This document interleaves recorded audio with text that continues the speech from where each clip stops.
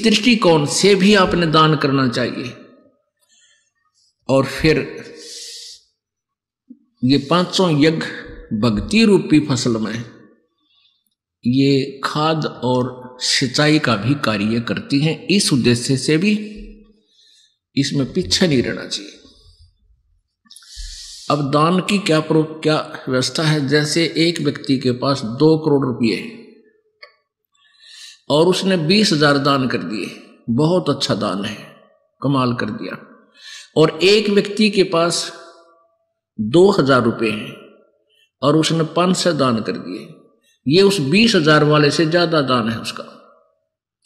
तो पुण्यात्माओं इस दृष्टिकोण से, लेकिन दोनों ही दान करने वाला सच्ची श्रद्धा से और बगैर किसी इच्छा से ही।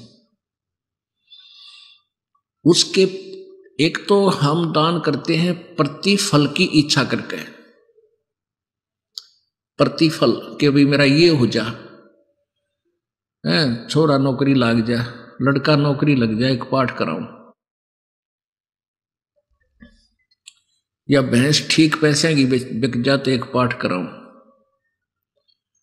और भी कई चीज होती है, उसके 100 रुपये दर देता हूं, ऐसा काम हो जाए, ये तो आपका यही बराबर हो जाएगा। जो ऐसे आपने जो डिमांड कर ली बालक से और वो दान कर दिया, काम आपका होगा, लेकिन वो दान यही पैरेलल हो गया आपका, इसका आगे कोई बेनिफिट नहीं।